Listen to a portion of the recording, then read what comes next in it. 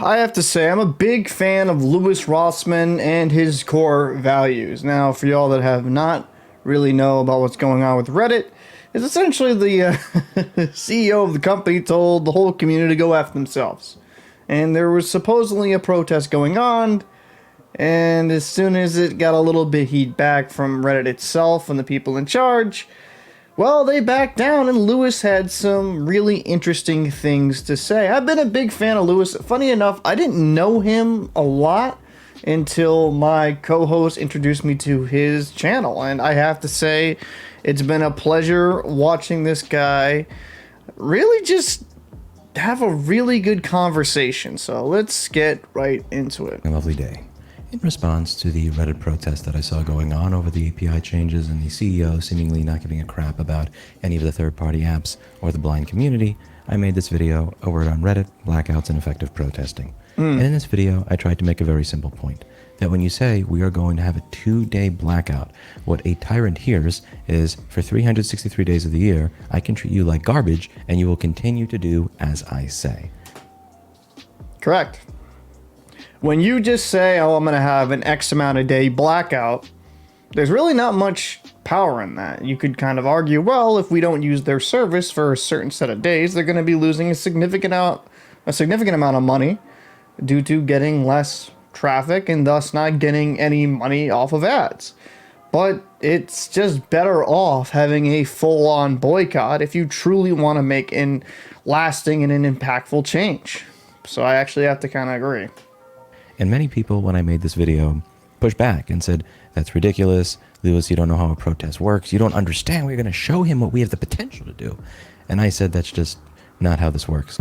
I was actually quite happily surprised to see that people were sticking to their guns, because when I went to the front page of the website, I did not see any news. I did not see any sort of cultural commentary. I didn't see any sort of injustices. All I saw was John Oliver as photoshopped as Zazu and a number of different complete and utter shitposts, which made me proud, made me happy. That meant that you were actually sticking to your guns and saying, if this man is going to treat us all like garbage, we are going to demonstrate that we are not going to make use of the platform. More importantly, you are all showing who makes the platform what it is. The users that he's crapping on, the people that generate his content for free, the people that curate the content for free, the people that comment and provide content for the website for free.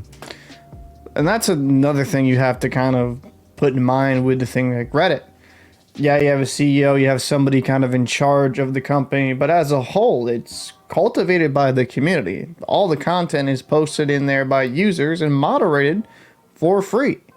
They're not paid. You're not getting any type of, I would say, return on the investment of your time. So for the guy in charge just to stick the middle finger to you, not necessarily the smartest thing to do. Unfortunately, as I was uploading this video, literally as I was uploading this video talking about how the users are winning, as Spectrum Internet was trickling its way up to YouTube, you all rolled over. Yeah. I went to the front page of the site, and it went back to normal. All he had to do was tell the moderators that you might lose your moderation power if you don't put the subs back into place and cut the BS. That was all he had to do. That's it. And everybody went back. I have a business that employs 6 people. 50% of my revenue used to come from being able to get access to screens. Apple has taken that away. I used to be able to replace a sleep sensor on a MacBook. Apple has taken that away. They asked me to sign an NDA to enter their program. Do you think I signed the NDA to enter their program? Here at Rossman Repair Group, we never bend the knee to tyrants. Even if it means that our careers, our job, our future, and our reputation are on the line. You bend your knee to a tyrant so that you could keep your moderator power. So this is the one thing I commend Louis for doing, and I'm cut from the same cloth in a lot of regards. I don't really care if it's going to impact me in some ways. If I see something that is wrong, I'm going to either boycott it, protest it, and just do the right thing. But the one thing I'd have to argue, most people do not have that mental fortitude. And if their hobby that they enjoy is going to be stripped away from them, a lot of people will cave. Because for every single person out there that, really does stick by the protest, that one or two people, there's like hundreds and hundreds of more that will instantly cave when the pressure is applied to them. So I'm not completely surprised, because a lot of the people that manage these Reddit forums, and for free, that's pretty much all they got going on in life. So I'm not as surprised here. And Louis, if you haven't looked into his background, has faced a lot of crap, whether it be for the state of New York, tech companies fighting for the right to repair, and just other injustices. He has a good moral compass, in my opinion. But most people would not risk what he has risked in the past just, for doing things the right way. They're just gonna, cave to an overlord because that's the easier way. When you fight, you scratch and claw, that's a difficult road ahead. Most people aren't built for that journey. That you could retain the ability to ban the people that you want when they disagree with you, and have that little kick of dopamine that comes from deleting somebody's post or shadow banning it so that they can't even tell that their post doesn't show up anymore. That's all it took. And here's why this bothers me. It's not because it's a Reddit thing. It's because if this is how weak the general public is when it comes to rolling over on an issue that has virtually no investment. Again, you're not going to get canceled in real life. You are not going to lose your job. You are not going to lose your income. You're not even going to lose the ability to communicate online, because there are tens of thousands of online forums for you to speak if you want to speak. That's true. It's just one website. Yeah, and you demonstrated that a douchebag like this has all the power over you. This man has all the power over you. He can call everybody on this website noise. He can demonstrate that he does not give a crap about the people that make his website what it is. And you are going to roll over and deal with it when there is virtually no cost for you to pay personally.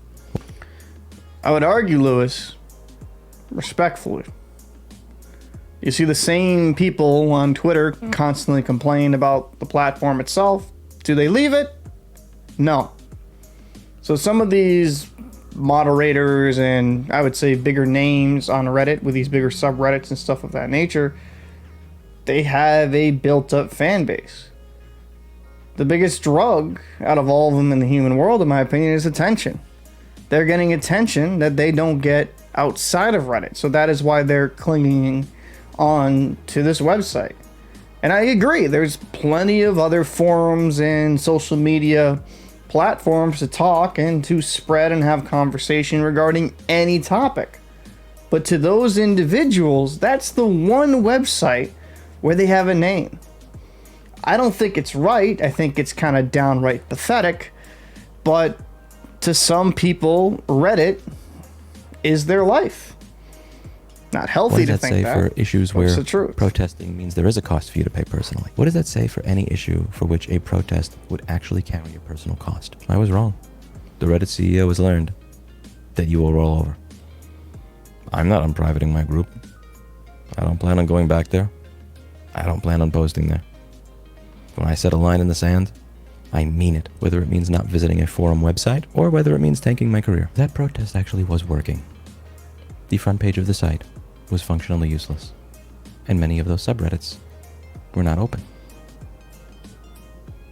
People proved that the value in that site came from the users, not the CEO, not the people maintaining the servers, the users that create the content for free. Great. You had the power, you had the upper hand, and you chose willingly to lose it. Be as mad as you want for what I said in that video on effective protests. I was 100% correct. You cannot do a protest and say the protest will end at this date, at this time. Correct, because then your protest is more of just a 2-day layover. Suspended. You're still going back to the website and giving this person revenue for ads. And you can say, oh, ad blocker, but just submitting all this traffic, going back, it's not really a protest. A protest and boycott is just cold, just straight up going cold turkey and not going back to the website. Look what happened, whether you agree or disagree with the Bud Light boycott, it's been successful. Their sales have been tanking. Their stock is at an all-time low. Consumers got tired of the messaging that was being forced down their throat, and it's effective. You could have done that with Reddit if you stuck to your guns, but like most people, when pressure is applied, they cave. I'm not surprised. That is not the way a protest or a boycott works. I don't know who taught you how this works. That is not how it works. The way it works is you say, if our demands are not met, if you are not willing to compromise and negotiate with us, I am done with you. And if you are not willing to say that for a fucking web forum that doesn't even pay you, hell, that makes money by monetizing you and your information and ads, then how are you ever going to stand up for yourself for an issue where there might just be a little bit of skin in the game? If this is how easily the average person rolls over when it comes to an online web forum, how easy will it be to get people to roll over when it comes to issues that may require some actual, real, honest-to-God sacrifice in order to have their voices be heard? Preaching. I don't care about Reddit. I'll be honest with you, I don't. But I care about the precedent that this sets going forward. Preach. I care about the fact that people can be so gung-ho, so excited, so dedicated, but not for more than 48 hours for a website.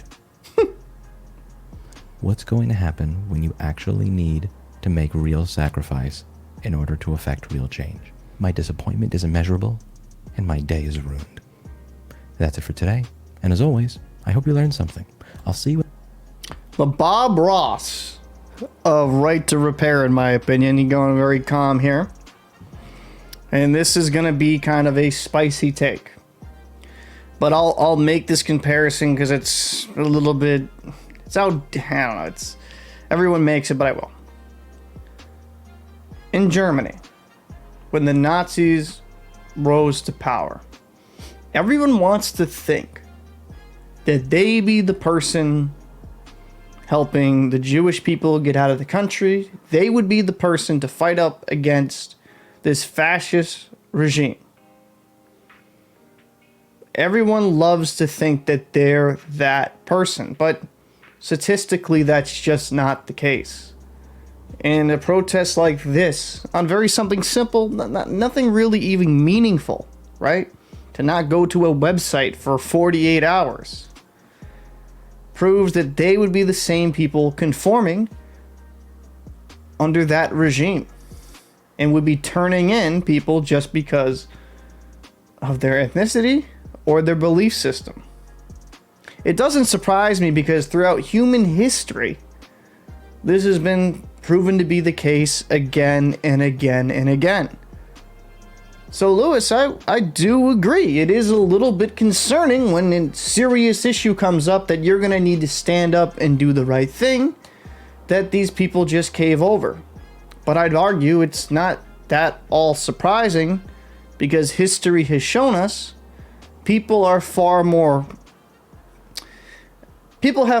cowardice than they do have bravery.